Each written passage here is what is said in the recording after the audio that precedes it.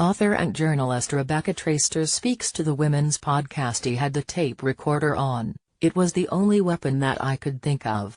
Then, he started pushing me and screaming at me, "How'd you get in here?"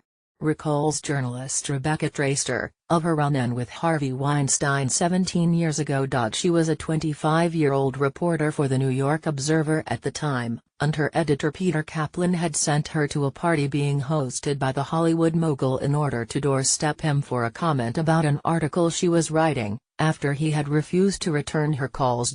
He shouts into the tape recorder about how uncouth I was, and what a C I was, and then he said, "You know, I'm glad I'm the sheriff of this piece of STFing town," she told Roisin Ingle, on the latest episode of the Women's Podcast.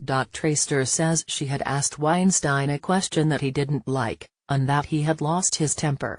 He then threw her male colleague down a flight of stairs before dragging him out onto the street in a headlock and punching him. "I remember the feeling of flashes going off around me.